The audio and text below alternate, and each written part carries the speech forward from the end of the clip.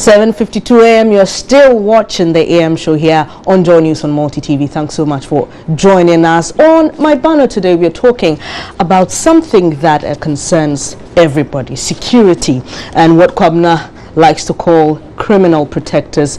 The police service, the people we entrust with our security issues, sometimes end up being the people who harm us most. To join me have this conversation in the studio is Director of Public Affairs at the Ghana Police Service, Superintendent Surface Arthur. Thank you so much for joining us. And Adib Sani, who is a security analyst. Thank you so much for joining me. Superintendent, let's start this way. Now, most people are concerned, and I am as well. How are police people recruited? We know the processes, yes, but are there any security checks? If there are any, how are they done? Yeah, thank you, and let me say good morning to your viewers. I'm happy you say you know the processes, at least the recent one that we did, yes. The kind of vigorous measures that we put in place, and about 6-7 stages that we are going through. Presently we are on the 5th stage out of the 7 stages, or the 4th stage out of the 6 stages. And I guess your question is probing into the background checks, exactly. The checks on the people that we are recruiting. That is very topical of late because of what has happened. Let me say that a lot is done to check the background of people. But when you say a lot, I'm going to go into that. Right, okay. Who are desirous of joining the service. The first one, we have 2 categories of checks that we do. The first one is what I would term as immediate. The immediate is to check whether the person has come to the knowledge of the law as having committed any offense before. Everybody who has been convicted, or who has come to the knowledge of as having committed an offense before, has his record with the police. There's a database at the police headquarters. So we take your fingerprints and do comparison. And so if you have committed an offense before, you have come to the knowledge of the law as having done anything wrong before, you'll be found out. That is one. Secondly, the very process of having to come and meet the police and come with your documentation or with your document for verification and other things also serves as a check to weed out bad nuts who are desirous of joining the service. For instance, what happened recently, we said we wanted 6 credits including maths and English, and then somebody didn't apparently have it. They decided to concoct it. So on the internet he indicated that or they indicated that they had all these requirements.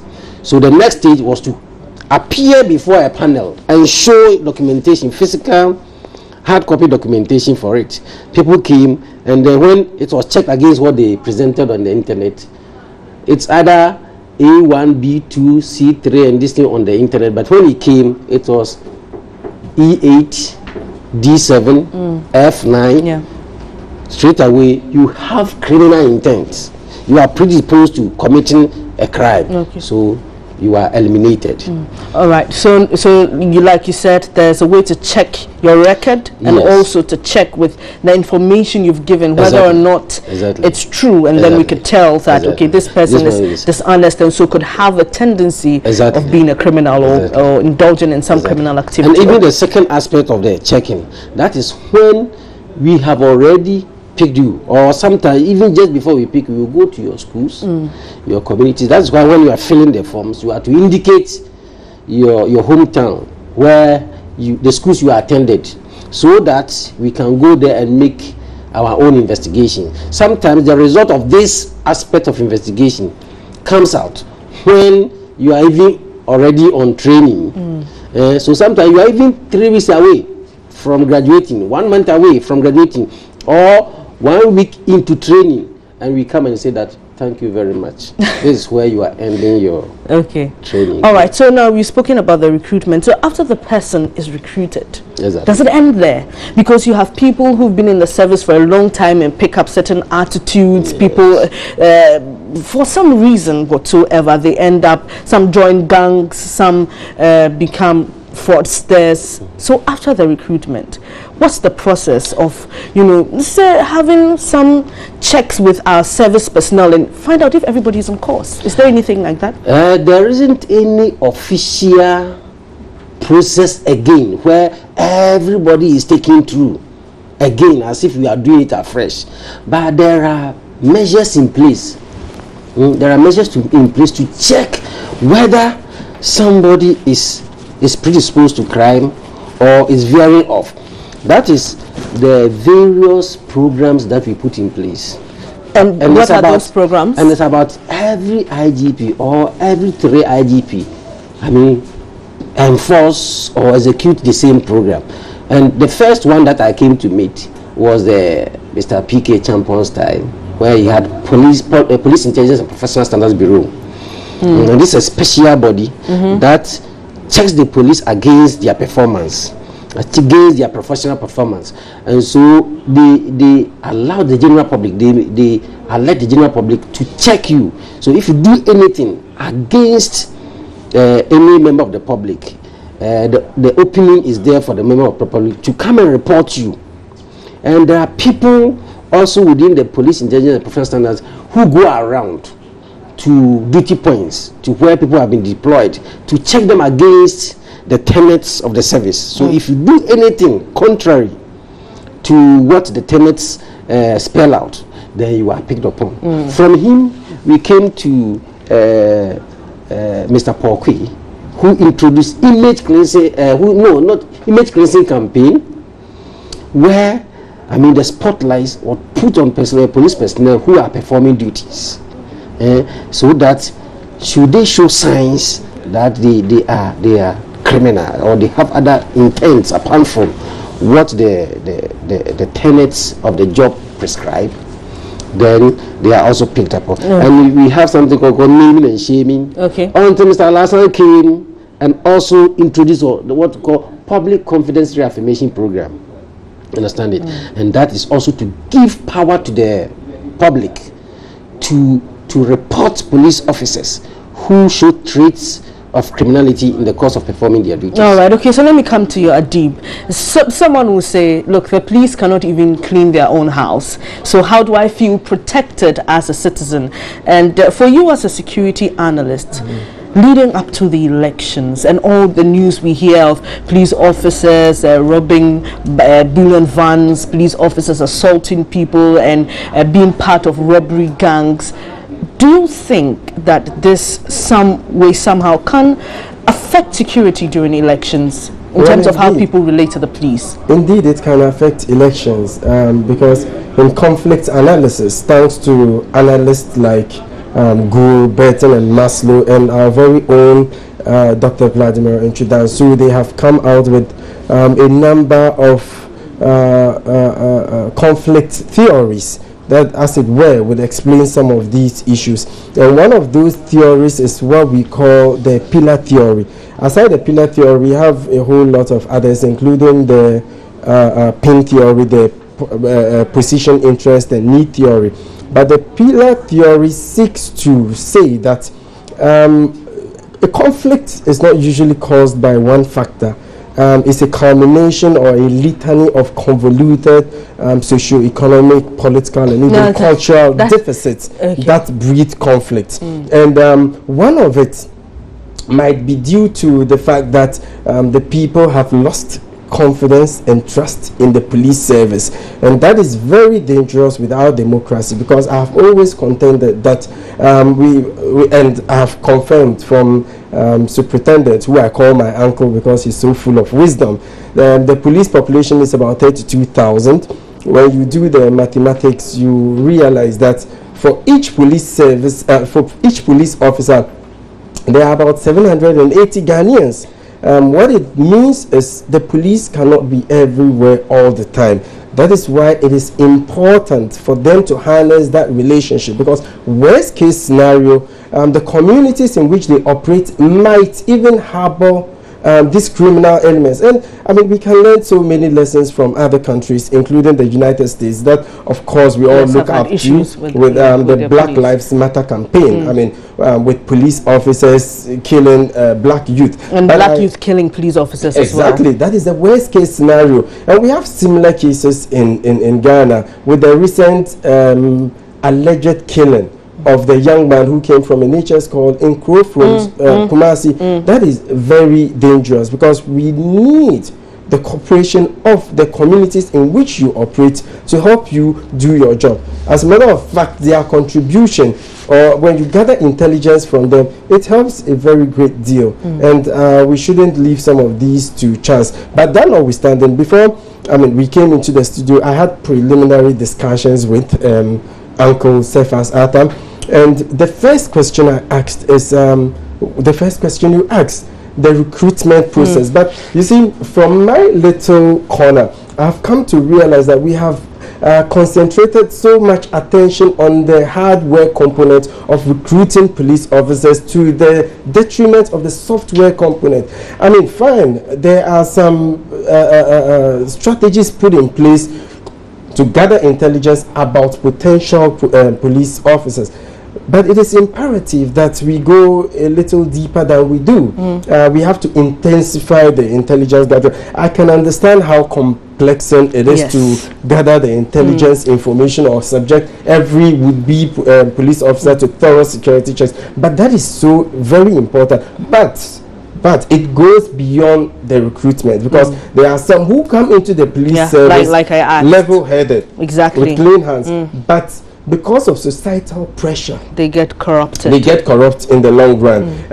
You know, money is a very deciding factor. Because I'll go to that, because I have a question for him. But we've put together 2 reports on this issue about police officers or service personnel indulging in criminal activities. We'll bring you that later when we're done with the interview. But to what he was saying, Superintendent Arthur, do you get any indication that some of these service personnel indulge in these activities because they're not content with conditions of service? Could that be something that motivates them? Because even, I mean, sometimes I stop at police checkpoints and 1 cedi. I remember telling one police officer, I can't. That 1 cedi. He saw the 1 cedi and said, "Give us, you are too big for this, officer." So you're looking at some things like that. 1 cedi. If an officer would, want 1 cedi, by all means, if he gets the opportunity to get 50,000, 100,000, is that an indication that probably the conditions of service are not too good, and so some of these officers opt for these activities? Yeah, that's interesting question. I guess I'm not about to make any statement that will be cloned and misrepresented like it has been done in the past, when it is said that Superintendent Sifasata says that the policemen indulge in this because of societal and family pressures, when it was skewed and picked from the context and misrepresented, and that is very unfortunate. I haven't done any research to confirm the question you are saying or you are asking, but let me say with all certainty that everybody, I mean, there's human need is insatiable. Human need is insatiable. Otherwise, from the point that we came, when we were receiving a paltry, a meager, an insulting salary, to when Single Spine came, and the police was about the first institution that was able to hook onto the spine, and I wonder why any police officer will say that what I'm receiving is so inadequate that to make up for the remaining needs of mine, I have to indulge in this. I mean, we were so nicely treated, just like other institutions, because we came from a very lowly level of salary even before. Yeah, probably they're still not satisfied. That is what I say. That is the premise I built before coming to this, that human need is insatiable. If today the police officer, if today the journalist, if today the military officer, if today the worker at the ministry was given 100 million cedis or 10,000 Ghana cedis as a monthly salary, that will not stop all of them.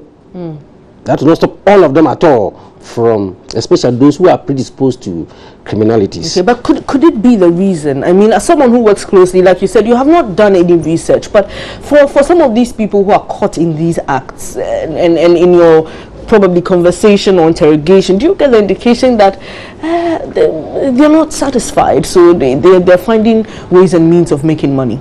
Well, I have said that human needs are insatiable. All the time he is seeking for more. Okay. And it's not everybody who is seeking for more would want to adopt an orthodox means to get it. For instance, I don't think I get what I need, you understand it, for my salary. I don't think I get as much as will satiate all my needs.